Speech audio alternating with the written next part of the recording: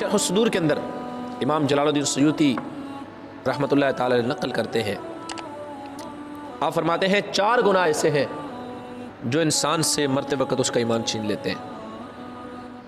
4 ایسے گناہ جو انسان کے برے خاتمے کا سبب بن سکتے ہیں۔ ان میں سے پہلا، نماز کے اندر سستی کرنا۔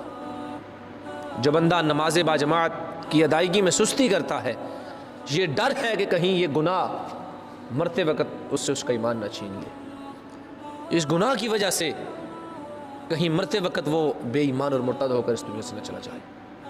لہٰذا ہمیں، جس طرح ہمارے اوپر نماز پنجگانہ فرض ہے، ہمیں اس کی ادائیگی کی بھرپور کوشش کرنی چاہیے۔ جہاں نماز چھوڑنے کی اور بہت سارے نقصانات ہیں، دنیاوی اور اخروی بہت سارے عذابات ہیں، وہاں ان میں سے ایک بہت بڑا عذاب ہمارے اوپر یہ بھی نازل ہو سکتا ہے کہ مرتے وقت ہم سے ہمارا ایمان چھن جائے۔ دوسرا گناہ آپ فرماتے ہیں شراب نوشی۔ ایک ایسا گناہ ہے جو مرتے وقت بندہ مومن سے اس کا ایمان چھننے کا سبب بن سکتا ہے۔ اور تیسرا گناہ فرمایا والدین کی نافرمانی۔ جو شخص دنیا میں والدین کا نافرمان ہے، ان کی بات نہیں مانتا، تو ڈر ہے کہ کہیں اس گناہ کی نحوست سے مرتے وقت اس کا ایمان نہ چھن جائے۔ اور چوتھا گناہ فرمایا مسلمانوں کو تکلیف دینا، عامت الناس کو، عام مسلمانوں کو تکلیف دینا، اپنی زبان سے، اپنے ہاتھ سے، اپنے کردار، اپنے عمل سے۔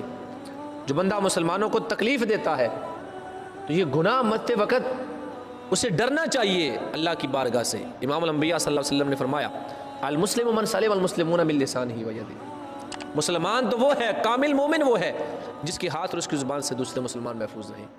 اس کے گھر والے، اس کے رشتہ دار، اس کے تعلق دار، اس کے محلے دار، اس کے ہمسائے، اس کی بستی میں رہنے والے اور عام لوگ جن سے اس کا واسطہ پڑتا ہے، اس کے ہاتھ اور زبان کی شر سے محفوظ رہے۔